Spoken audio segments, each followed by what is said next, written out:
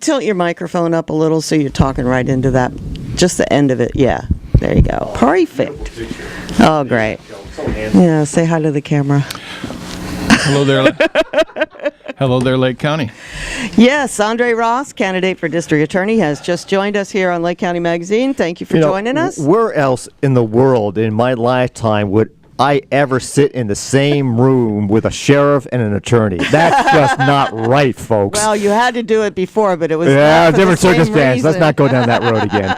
And by the way, your sense of humor is warped. I want you to understand that. We like that. How dare you yesterday? We saw Andre in a private matter that we had to take care of in a civil matter down at the Clear Lake Courthouse. And I'm sitting there, and Mr. Ross here gives me one of these little gestures, insinuating that I was in trouble again. I'm like, all right, going down that road, are we? Yeah, that brings back really bad memories. Yeah, for it him. does. Sorry, you dealt with it well. Obviously, your readjustment is coming along handsomely. Oh, yeah, we won our case, too, so that was good. How did you do yesterday? I won my case. There you go. Excellent, excellent. So, all right. So, anyway, are you ready? I'm ready. All right. We'd like you just to start off by giving people a brief background, an idea who you are and why you want to run for district attorney. We'll do that until the bottom of the hour, and then we'll open up the phone Yeah, and I got lines. some nice questions for you, too. Very good, very good. Is this mic working? It is. Can Okay. you not hear it? Yeah, it might be just There we the go. box. Just There a you go. matter of Okay. volume chord. Well, Frank talks really loud, so I Yes. guess he didn't Yeah. need to He do had that. it turned down. He had it turned down. Listen, I came to Lake County in January of 2007. I'm a refugee from the Bay Area. Decided I wanted to disconnect from the stress and hectic lifestyle of burning the midnight oil for a large law firm in San Francisco. And my father had relocated up here to Lake County and had some health issues. And in the course of taking care of those health issues, I began to discover this place I'd never heard of before, and the beauty and the natural wonders here and the unspoiled space. It's amazing, isn't it? Fell in love with it and decided to disconnect from the bubble, so to speak, and started working with an attorney here in town by the name of Mike Ewing, who's been here 35 years. Good man. And the time I arrived was just about the end of the Dinius fiasco, the Purdock boat case. Prior to coming to Lake County, I grew up in Minnesota. Graduated in '84 from a place called St. Olaf College, which is a small liberal arts college in Northfield, Minnesota, the town where Jesse James met his demise at the hand of a group of irate Norwegian farmers. Graduated with a degree in economics and German, was awarded a Fulbright scholarship to study for a year abroad in Germany, and studied the German Green Party in Hamburg, Deutschland. And following my Fulbright year, in another lifetime, in another career, was proceeding down a PhD track in economics at the Johns Hopkins University. I finished my PhD comprehensive exams in 1988 and left that university in 1989 with a master's degree after having taught some college classes and having spent a year working on a dissertation. I relocated to California, decided for better or for worse to go to law school, graduated in '93 from UC Hastings College of the Law, which is the oldest law school in California, and intended at that time to become a criminal defense lawyer in the mode of Tony Serra and the like. I love him. Personal developments detoured me back to Germany for a couple of years, and then after that chapter of my career, I landed back in the Bay Area in 2000 and worked for a number of years for a variety of different people doing a variety of different things, most of the time as a trial lawyer. And then I ended up landing with a large 650 lawyer law firm doing construction litigation. When I came to Lake County, it was my intention to kind of retreat from the hectic stress and lead a slow country lifestyle. And then, as we all know, the economy tanked. Changed everything. I'm reading an incredible book that I would recommend to everyone called Divide by Matt Taibbi. Wow. Tells the story of the growing wealth gap in America. Isn't he a reporter for CNN or NBC or somebody? Well-known Rolling Stones white-collar crime journalist. Oh, and, right. Okay, that's right. Author of many, many books. This book is about wealth and injustice in America. And anybody who tells you that our criminal justice system doesn't have problems is...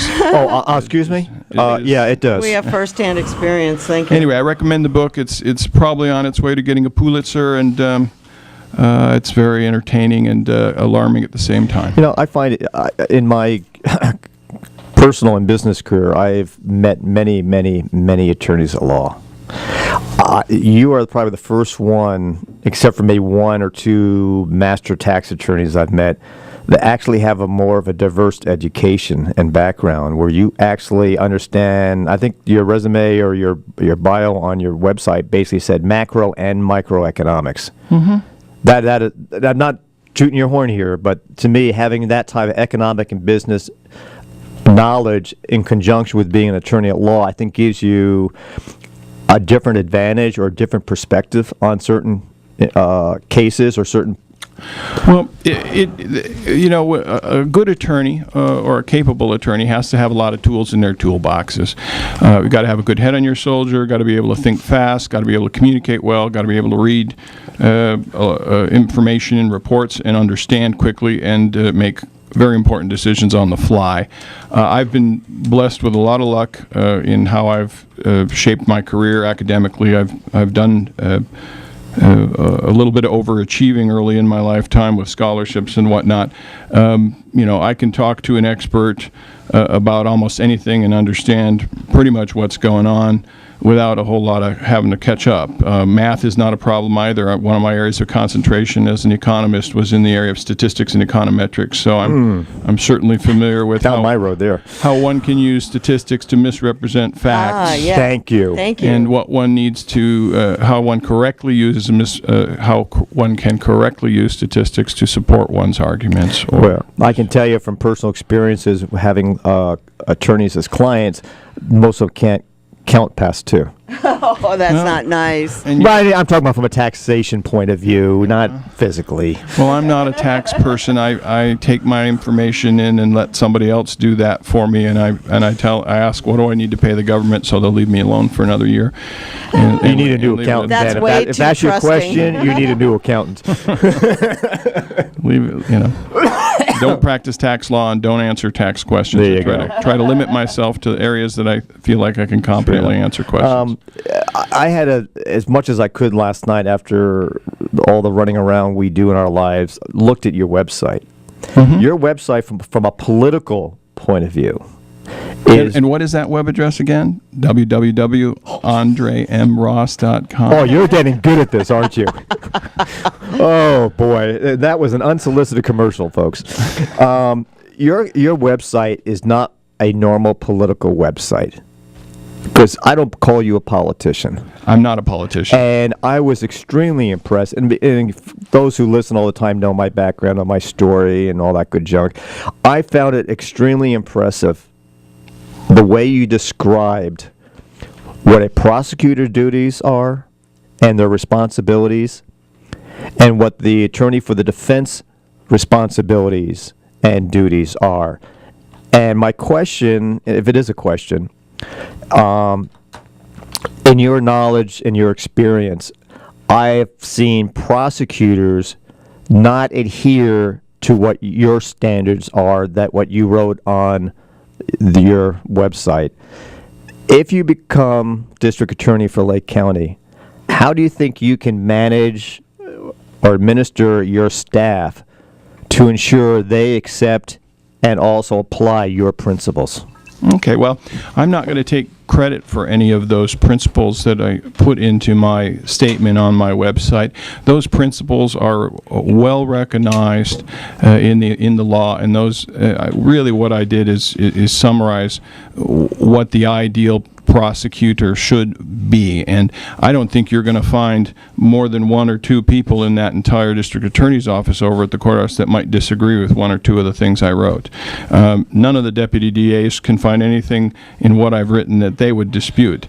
They're all committed to being consummate professionals, serving justice, and that service is supposed to be rendered without any bias or political motive or malice. Okay, so that brings me to my first Go ahead. question, which is, what do you think about some of those assistant DAs who are out there attacking people politically on Facebook, on the blog, on other places where they're disrespecting people in public at the different candidate forums that have been out there, snickering in the audience and things like that? Well, this is America, and we can snicker when we need to snicker.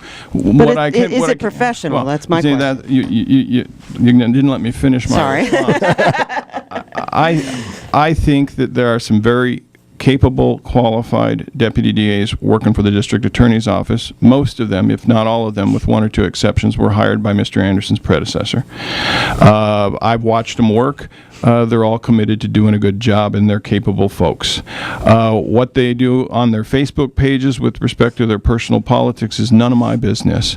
What they do on other people's Facebook pages and the opinions they express, that's none of my business either. But how they comport themselves in public and the impression that they make to the general public, who, by the way, that's the pool that potential jurors are drawn from in future trial work. And, part of their job is to do a good job from 9 to 5 in the office, not using county resources for politics. And part of their job is to make a good impression out in the community and make people want to believe them the next time someone gets called up for jury duty. I'm not going to throw any stones at any particular deputies. I imagine their situation in this particular election is kind of difficult. None of them had the courage to step up to the plate to challenge their boss. They've all endorsed Mr. Anderson, and that's whether or not that was of their free and voluntary volition, only they know.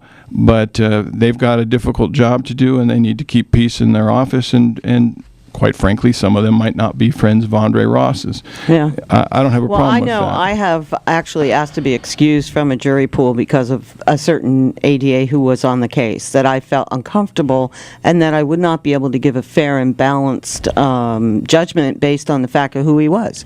So Okay, it well, has, I don't I'm have a a problem perfect with that. example how it affects because of their public and private lives and what they do. I would encourage my deputies to do the following. After, it's pretty obvious you want the members of the community to trust you, to believe you when you say things, and to have a reputation that is sterling.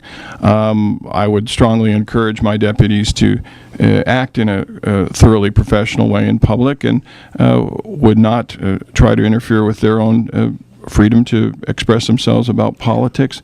But I think that the compelling argument can be made that you'll do better in court if people respect you and know you to be a consummate professional with at least a modicum of civility in Exactly. public. Okay. And maybe in the heat of an election or under stressful circumstances, a little bit of bad behavior happens. Once in a while, Once yeah, in a but while. not on a People regular get basis. excited, lawyers get excited, and we're all humans, frail and imperfect vessels at best. Well I love said. that. So, one last harping on this subject. I've known, excuse me if I don't have the titles correctly, in Arizona, assistant district attorney, those who work for the district attorney, and somewhere on my baseball team, got to know them well, and they gave me the impression over a couple cold beers every now and then that their performance rating, and this is Arizona, not Lake County, so I'm not trying to compare the two. California. Not California. Arizona, not California. Thank you. We don't have an I know, autonomous I know. Republic of Lake County yet. Although there are We're people working trying. on it. He basically told me that his reviews by his boss were done based on success in winning cases. Is that true here? I think that is indeed. That's only part of the equation, but you definitely trials are expensive. Yes. Time, money, resources, investigator time. You want to win all of your trials if you can. In the world of prosecution, successful trial rates run somewhere between 40-50% to as high as 80 or 85%. And the way you move that number up and down is you negotiate a disposition on cases where you've got some problems. Called with a your plea evidence. agreement, Yeah. yes. And the overwhelming majority of cases are resolved that way. It's the same way in the civil. Okay, but don't you think trial. at times a prosecutor could be overzealous to make sure he wins one because he's got a pay increase coming pretty soon? Well, I don't think any one case outcome could determine one's performance. I mean, that's Well, if it's that's a like saying, high-profile case. Can you rate a baseball player on the basis of one at bat? I mean, that's kind of unfair. You really got to look at success over time, and getting the work done in an economically efficient way, and serving the interests of justice. Fair enough. And another factor is, are any of your cases getting overturned on appeal because you said or did something incorrect in the course of your trial? Right. And it's the world's not as simple as some people would like to present it. No, I know that. Mm-hmm. Okay. During the debate, we had a chance. Thank you for the video for the debate. We did look at it, and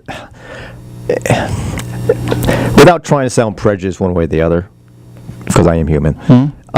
You made some comments regarding Mr. Anderson's, or District Attorney Anderson's, was it 7 to 8 days where he was not authorized and licensed to practice law in the state of California. Obviously, from my perspective, without knowing the facts of the situation, it looked like it was an oversight for failure to report some of his continuing education classes that are required by any professional. Did it really impact his credibility or his ethics, or did he do anything that would consider truly practicing law during that 7 or 8 day period that would really be a concern to us citizens? Well, I think that the reporting in the mainstream semi-professional press in Lake County Hey! I take that. No, we're not mainstream. Oh, I'm sorry. Has misrepresented to a certain extent what the exchange at last Thursday's debate was actually about, and that video is available on a number of websites in the county or in the internet. Actually, it's been taken off one of them. And it's been removed from one. The issue is this. All California lawyers are required, as part of their licensure with the state bar, to complete a certain amount of education every 3 years, and they're required to report to the bar every 3 years under penalty of perjury that they've done all of their continuing legal education, and they're supposed to report that in a timely manner. That reporting deadline is usually in February of each year, and the alphabet is divided in 3 sections, and if your last name starts with an A, you're supposed to report by February whatever that you've completed all your CLE. Everybody gets a little card from the state of California. You sign it under penalty of perjury, you send it in, and just recently you can now verify over the internet that you've done your CLE. If you don't send a card in, the bar has a series of deadlines where they provide you notice, hey, we didn't get your card. They send you a certified mail letter, they send you an email, somebody calls you, and if you don't respond at all to that deadline, they automatically, as a matter of law, on a particular date, in this instance it was September 1st, 2010, your license goes away. And that's after the bar has sent you a certified mail letter and called you and emailed you and said, what's up with your performance? Why haven't you complied? So, it's a pretty heavy sanction to yank someone's license away automatically, but it's designed to motivate compliance and correct compliance. Now, if somebody submits information to the bar saying, I did all my CLE, including my required number of hours of ethics, and there's a mistake in that information, there's a small possibility that a lawyer might be audited. It's done on a random basis. A lawyer in my firm was audited last year regarding her compliance, and when you're audited, the bar sends you a request saying, hey, we're auditing you, send us all of your little slips from the various courses, and you send those in, and then if you actually did what you said you did back when you reported it, you get a letter from the bar saying, thank you very much, have a nice day. If you didn't do what you said you did when you reported, the bar sends you a notice of non-compliance, and you have a certain period of time to fix that. In this particular instance, and this this issue was raised at the end of a very heated debate. I raised it in my questions to Mr. Anderson. He responded. The tape says what it says, but there hasn't been a whole lot of discussion yet, and there's certain to be further questions about that. And anybody who thinks from that debate that the issue was Mr. Anderson negligently didn't keep his MCLE current, they're missing the point. The point is much more significant. Mr. Anderson made representations to the public and to the press, Ms. Liz Larson, at a debate with Doug Rhodes in 2010, shortly before the election. And a transcript of that debate can be found under the public records section at www.andreamross.com. And anybody who wants to see what was said at that debate can certainly read Mr. Anderson's statements about what happened and his mea culpa at the end of that debate. And then you can certainly also find at that website a transcript prepared of an interview that Mr. Anderson gave here in this studio with Herb Gura's Law Show on October 2nd, 2010. Again, that was before the election, and you can compare what Mr. Anderson said about his bar status in the debate with Mr. Rhodes, and you can see what Mr. Anderson said on the radio to KPFZ listeners, of which I am one and a supporter, and you can compare those statements with the statements Mr. Anderson made at last Thursday's debate.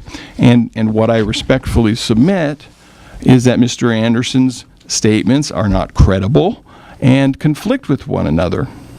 And what's really important here is not the fact that Mr. Anderson was a few ethics units shy back in September of 2010. Certainly that's Although a problem. that's ironic. Well, yeah,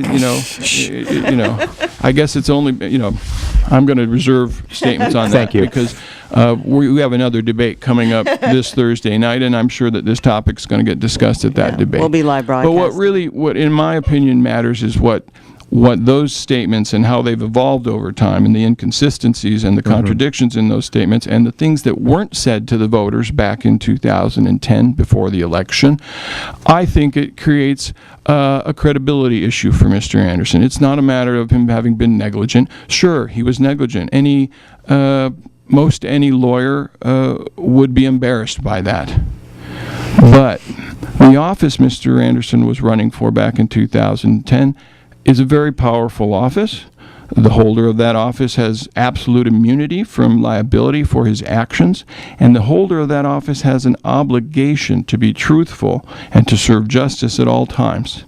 And when a candidate for district attorney fudges the facts or conceals or makes a half-truth or a half-disclosure, I think that's a factor that should be taken into account in evaluating whether that individual, that lawyer, is the kind of lawyer who's going to be truthful in the context of a prosecution when there's evidence that's troubling for the prosecution. I mean, one of the fundamental rules under our criminal justice system is that the prosecution discloses the good, the bad, and the ugly to the defense fully.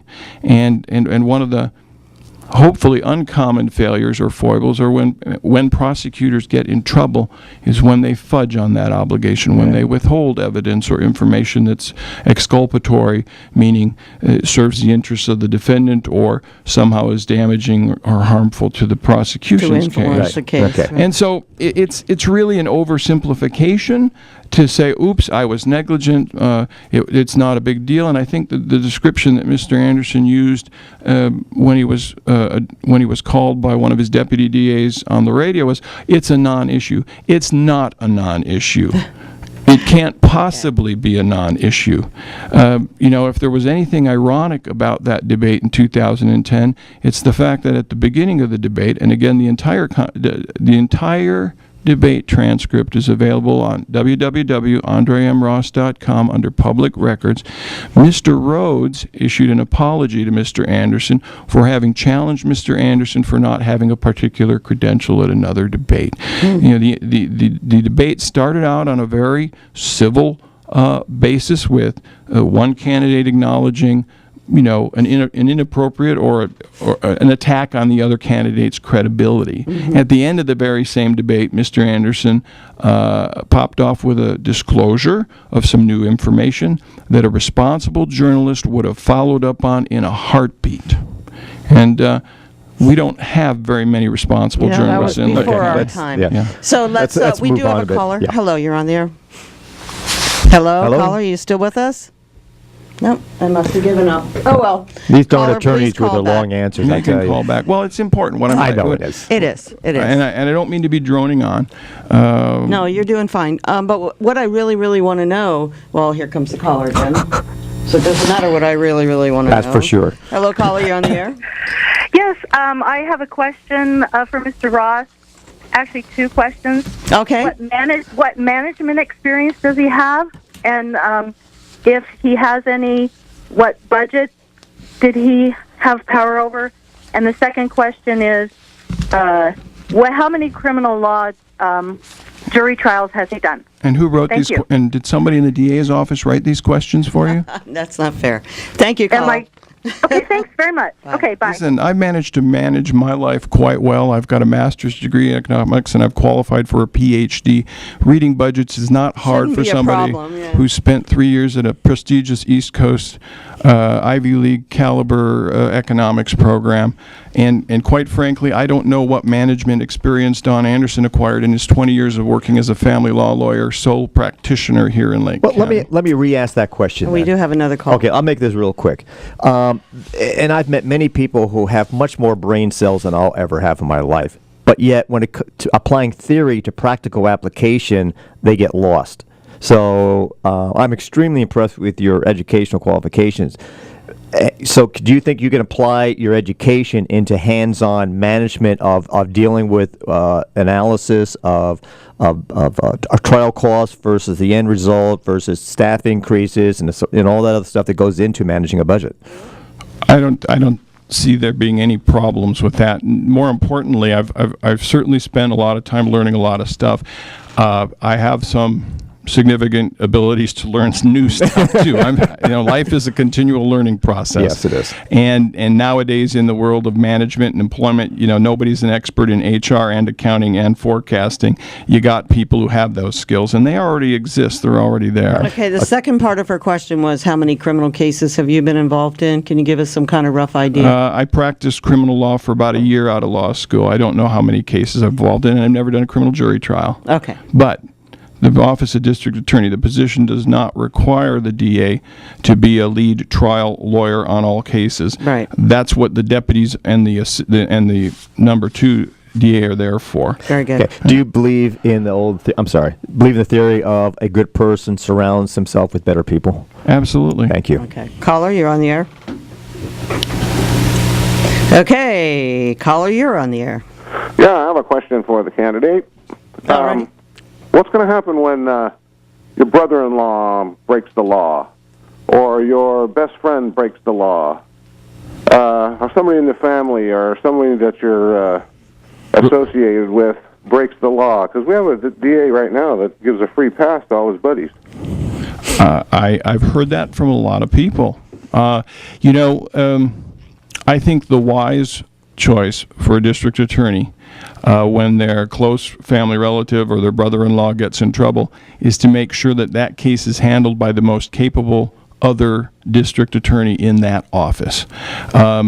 That's called avoiding the appearance of a conflict of interest, and that's something I have not seen very much of. Do you like the idea of upscaling it to the state level if it directly affects you personally? Well, there are certainly situations where, although I can't conceive of one sitting here, but if a case lands in our office that can't be handled because one of my long-term civil clients is, a defendant in an action, there's a procedure in place to make certain that those conflicts are dealt with. Okay, great. You want the district attorney's reputation to be sterling and unspoiled by the appearances of conflicts, and there's machinery in place to avoid that. Thank you for that answer. I'm hanging up. I'll listen on the way. All right, thank you sir. very much. Hello, you're on the air. Hola. Okay, couldn't wait again. Somebody out there. Everybody's impatient today. This is Slate County. No need to be impatient. So go ahead, Peter. Next question. Oh, my turn? Yes. I thought you had a caller. I'm sorry. No. Let me get my glasses. They back. weren't there. Let's see. Okay, let's get to a real easy question for you. What's your first priority? Public safety, including first offenders and genuine law-abiding medical marijuana patients. We have a serious crime problem in Lake County, and our system is overloaded with folks who have been in and out of the criminal justice system. The first priority of every DA is public safety. And we got more than our fair share of serious crime, and quite frankly, on some days, I think the bad guys outnumber the good guys.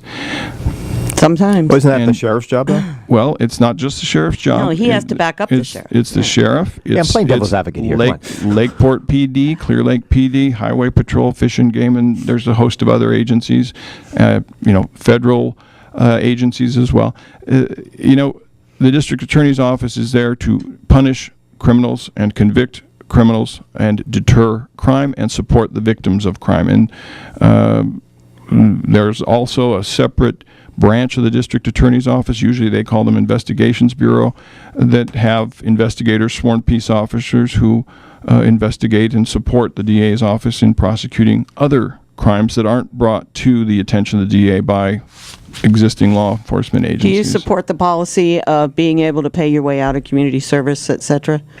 Well, I understand that Mr. Anderson has taken credit for coming up with a novel program that allows certain defendants to pay dollars to certain charities in order to avoid the community service component of their sentence.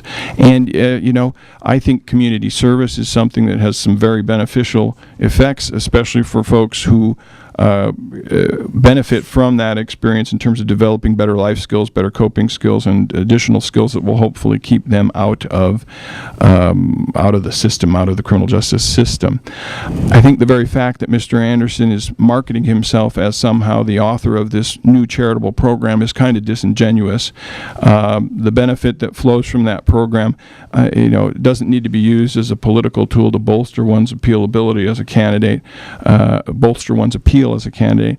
I'm suspect of that. There may be certain instances where it makes economic sense to allow a particular defendant to basically cash out their community service, but I'm very skeptical of that. And it's been my experience in Lake County that there seems to be a poverty mindset that has an impact on a lot of the criminal justice system. It has an impact on the civil justice system as well, and a lot of things happen that might not happen if dollars weren't so scarce. I was going to say, I'm so far from an attorney, it's scary. But from my perspective, are there statutes in place that allow him to do that? I mean, because he's basically my understanding is he's telling these people to actually donate money to this specific charity. It's not going to a general fund to be dispersed. I don't have enough information about how that program is being managed. I have some personal experience working for an individual who found themselves with a citation issued by one of the district attorney's investigators, and that person was invited to come into the DA's office and discuss the matter, and I accompanied that client on that matter, and the matter was resolved. But I don't know what Mr. Anderson's thinking was, or what he's used to justify that program. He claims it's novel and that there are other prosecutors in the state who are looking at it. Maybe they're looking at it with an idea of adopting it. Maybe they're looking at it and wondering what was he thinking. I don't know. Okay. I'll certainly look at it and reevaluate it. Right. Go ahead, Pete. Oh, no calls? Not yet. Come on, guys, call in. I'm running out of questions here. For once? For once. Don't worry, I can talk. Yeah, you've gotten really good at this. I remember hearing you the first time on the radio. Yeah. You've come a long way. Well, it's a little bit nerve-wracking. I'm a private citizen, have worked for 7 years to maintain my privacy. I didn't come to Lake County to run for public office. We're glad you're here. I'm almost don't want to ask this question, but you do have it on your website, so I assume it's fair game. And what is that? Some of the health issues you've had in your younger days. Oh. Can I address that? Certainly. And I think this is important for people to understand who you are and stuff like that. What you've been through. I can tell you a little bit about why I put that in my bio. Want to go ahead? I'm a 2-time cancer survivor. Right. I had cancer twice by the time I'm 24. And I'm happy to say I'm 52 and going strong. Wow. 52? You know, 52. Yeah, 52. Let me get my cans in. 1, 2, 3. Well, But you know, in coming to Lake County, I expected when I decided to do this politics thing that my lifestyle was going to be subject to some scrutiny. And we all know there are. If tongue wagging was a renewable energy source, Lake County would be energy independent. Thank you. Between the army of anonymous trolls on the toxic blogs and all the other talkers, you know, a 52-year-old guy named Andre from San Francisco who doesn't have kids might be subject to some speculation. Mm-hmm. So, Okey-dokey. as a result of my health conditions, I don't have kids. Right. And I've got plenty of fertile friends, plenty of nephews, and I get plenty of kid energy in my life, and I good. love Oh, kids. that's nice. I'm a member of Kiwanis of Lakeport. We do a lot of good work for Lakeport. I'm actually the president of Lakeport's Kiwanis Club this year. So there's no shortage of kid energy in my life. I just don't have Right. kids. But at this point, though, there is no concerns about Your your health. health. No, none at or all. Like that. None at all. That's what I'm trying to raise here. Not to try to Absolutely. bring your personal We life have callers. Hello, you're on the air. Hi, this is Olga. Hey, out. Hey, ¿cómo está? Thank you. ¿Cómo estás? Hey, and speaking of ¿cómo estás, that brings me the question I want to ask Andre. Andre, you mentioned on your introductory show that one of the things you would consider doing as a district attorney when you are elected, and hopefully you will be, is that you would bring in Spanish-speaking personnel, at least one DA that would be bilingual. I didn't realize they didn't have that. Well, I don't know whether they do or not, but you mentioned it, Andre, and what I'm really after is what is the basis for that? Are Spanish-speaking people not getting the benefit of the best possible service from the district attorney's office? What? Well, I've been in courtrooms enough times where, because of the need for a Spanish translator who was in another courtroom, that there was a lot of standing around without much progress going on, because there wasn't a translator there, and it's absolutely essential that a defendant who doesn't have English as their first language, or who doesn't have any English at all, knows what's happening. It struck me as odd, and I may be absolutely wrong on whether or not that talent already exists in the department. I don't know, but I've never heard any of the deputy DAs speak a word of Spanish in court. I think it makes sense, given that we have a diverse community in Lake County. We've got a lot of Hispanic folks, hardworking folks, many of whom I hope are registering to vote as we speak. And I think it makes it's kind of a no-brainer to want to have a deputy in the department who can speak culturally accessible Spanish and understand what might be said in a plea bargaining circumstance or in a court circumstance, just as a matter of efficiency and fairness and doing good work as a prosecutor. Sure. And it's kind of ironic you should ask that. I was just at the Cinco de Mayo celebration in Lakeport and gave a little talk up on stage, and it was positively received. In Espanol? No, I wouldn't want to inflict my Spanish was much better in the 90s when I was doing charitable work. I was a member of a Sister City project in Marin County. We set up a children's medical clinic in a little village called San Rafael del Norte up in northern Nicaragua. Nice. And I made 3 or 4 trips to Nicaragua and got quite facile with Gringo Spanish. Down Good. In Miami, we call it Spanglish. Yes. That's what my mother calls it. And she speaks very fluent Spanish. She still uses Spanglish. Thanks for, thank you for stepping up to the plate, Andre, and thank you for that answer. Thank you, Olga. All righty, bye. Have a good day. Bye. Hello, you're on the air. Hi. I heard you talking earlier about Don Anderson's program where he exchanges cash for community service hours. And I think one thing that's important to remember is that the grand jury looked at this and they recommended that Mr. Anderson have some kind of formal written protocols for how this program worked. Because right now, he arbitrarily decides whether or not you are offered this option, and he also arbitrarily decides how much people will be charged, what the rate of exchange is in terms of hours for dollars, and he also arbitrarily decides where the money goes. So they had a lot of problems with that at the grand jury, and they recommended a separate entity be set up to administer this whole program, because basically it opens the door for all kinds of abuse when people are selectively offered this option, and then you have a sliding scale that left up to the whim of Don Anderson as to what they pay, and also he determines where that money goes. It's not really a level playing field. That's well, yeah, and it's the other thing that's really bizarre about this is that nowhere in the county budget will you find money that is being uncontrolled by the Board of Supervisors other than in Don Anderson's office. True. That's the only funding that goes through the county that the Board of Supervisors don't have control over. It's really an anomaly. And okay, Phil, I'm going to let Andre respond to that, and if you could take your answer off the air. Thank you. Bye. Thank you for the question, Phil. And again, I think this your question is valid, and it falls under the general heading of how to avoid the appearance of a conflict of interest. And I would probably dispute with your use of the word arbitrary, because everything you described may not at all be arbitrary. It may all be a function of what Mr. Anderson, who he wants to punish, who he wants to give a sweetheart deal to, and that's anything but arbitrary. From the outside looking in, as the grand jury did, and I read that report, there's certainly a way that you could structure it so that program, or a legally vetted and authorized, supported version of that program, might be implemented in a way that doesn't lead a citizen to ask themselves, is that proper, lawful?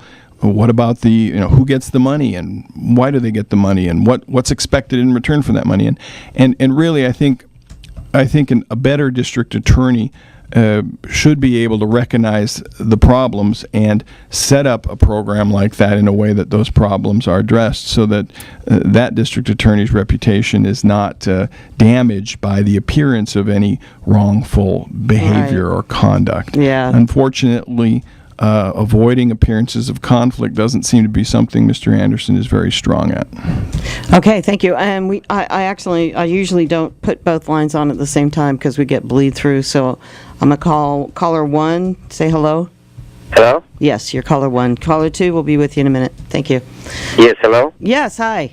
Yes, this is Skippy Joe from Upper Lake. Hey, Joe. Hey, I just want to thank Andre, for showing up to the festival. I just think that shows goodwill, towards the people and fairness towards the people, and so for that I'm really grateful. It sounds really good over the radio, and I want to wish him luck.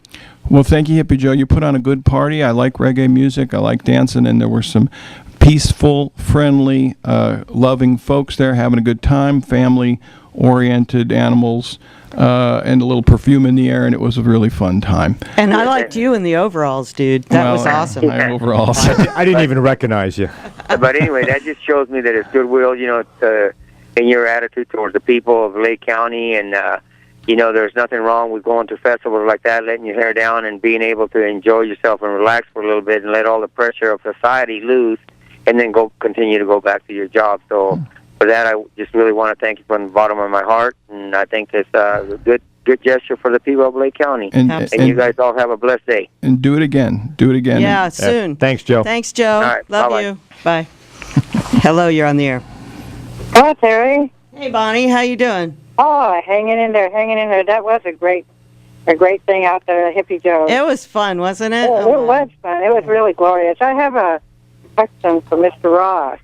Sure. I'm a Native American. I was born and raised here in this county. I had experience with Don Anderson, and I didn't like to work the job that he did. I was just wondering if I happened to come up, if the victim witness happened to send me up to your office, and I'm asking for help, and you go into your office and you come back out and say, and start looking into the family history records. Will that count on me? Would you use that against me because one of my family members went to prison or did something unlawful or something like that, and I'm trying to do things better to better my life for my kids, my grandkids, and stuff like that? Would you use that judgment like Don Anderson did? Well, And tell me to leave the building, and that's what he did. He told me to leave the building, and the victim witness sent me up there. And my hat's off to you. I'm going to vote for you. My hat's off to you, dude. Well, you got a good background. I appreciate your kind thoughts. I'm sorry that you had an experience with the district attorney's office that left a bad impression or left you unsatisfied. I don't understand any or have any knowledge of any of the facts. Yeah. I heard in your question that you had some concern about information handling, or that somebody used some information in a way that maybe hurt or created a perception that they weren't taking you seriously. Let me try to address that question in a general way without saying something misinformed or uninformed. There are confidentiality restrictions on the use of information that the district attorney's office develops in the course of its casework. There's also a much broader understanding usually that confidences are shared that may not be confidential information under the law, but are shared with a district attorney or a deputy in the course of investigating, or with an investigator. And I think that the district attorney's office can improve its reputation and standing in the community by thoroughly taking a top to bottom look at itself and evaluating how it's handling confidential information, how confidences that are shared with the office are handled, and how those confidences are maintained. The district attorney's office should not be a collection of information that can be accessed and used for purposes other than law enforcement and case-related issues. And we're going to definitely at least take a look to see where the district attorney's office can do a better job, so that the community begins to gain a bit more trust in the idea that I can go and take a concern I have to the district attorney's office, and the guy that I'm complaining about isn't going to come and harm me in some way later on because somebody didn't maintain that confidence. It's just very, it disrespected me, and I was trying to do something good, and I am doing something good out here and stuff like that, but I think my hat goes off also for all people that work in Lake County. We have all kind of races, not just Spanish. Everybody, all kind of nationalities. And my hat goes off to them. Bonnie, you're awesome. Thank you so much. We really appreciate everything you do. And so I was kind of glad, I called in. I wanted to know who this guy is, and I heard all the background and stuff, and I think it's a pretty good idea. We need to change. That's what we said. We need to change. Thank you very much. Thank you. Thank you, Bonnie. Take care. I think every interaction between a member of the general public and somebody associated with the district attorney's office is an opportunity to bolster the reputation of that office as a professional organization concerned only with justice and not with petty personal bias or political wars or political enemies. Right on. Okay, thank you. Hello, you're on the air. Hey, Terry and Peter, great show. Andre, it's good to hear you again. This is Alan from the Northwest Shores. I was ready to vote for anybody but the above. You are such a breath of fresh, intelligent air to have somebody who is really on the ball, intelligent, eloquent, and I'm the one that probably coined double dumbass, Don Anderson, district attorney. He has squandered so much of our monies on this vendetta he has had against the sheriff. Well, there's so many times he takes the DA and the sheriff out of office, out of patrol, especially when he's being a character witness for a pedophile. Do you have a question? I am so ready for something better than let's that. get a question for Andre, please, if you have it. And just a suggestion, I'm doing the right thing by not drinking and driving, and when my bike gets stolen, it's like stealing my car. And I'd really like to get together with you and the sheriff and discuss an option on really pursuing bike thefts, because it's happening at an extremely damn straight. Okay, Alan, we have to move on, but thank you for your comments. And just know that Mr. Anderson will be our guest next week at 10 a.m., so you can ask him those questions yourself. Okay. Thank you. And the cash out for community service is wrong. Right. Okay, thank you. We got to move on. We got to Alan. move on. That's another paid privilege. It shouldn't Right. be happening in our county. Okay, thank you. Bye. All right. Are we done yet? Next question. Oh, come on. It's having fun. Oh, no, we haven't even gotten started. We got another hour we forgot to tell you about. Is that what the shackle on my left ankle was about? Put me in this chair. It's when they're both shankled, you're in trouble. Petey, we got 3 minutes. So do you want to say something before we take a break, or how do you want to do this? 'Cause we're going to have to go soon. Okay, one last question, and I'll try to be brief, and you be brief. If and when you're elected, and are you going to do any internal investigation over the prior last few years, or if something comes to your attention, will your office be able to do some type of investigation to see if there has been any form of improprieties going on? Well, my second priority, as I've put out on my campaign materials, is public integrity.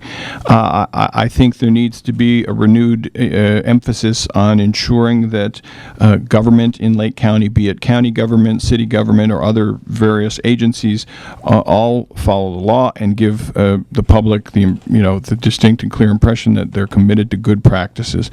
The very first place that a newly elected district attorney can start is with his or her own operation, and I fully expect, if in fact I am elected, that I'm going to take a look-see at what's been going on in the last couple of years. I'm certainly going to have to do that as part of the transition. It may actually start before January 1st, 2015. I mean, the election is June 3rd. Right. Office is not till January. Right. I get 6 months to get ready to start working.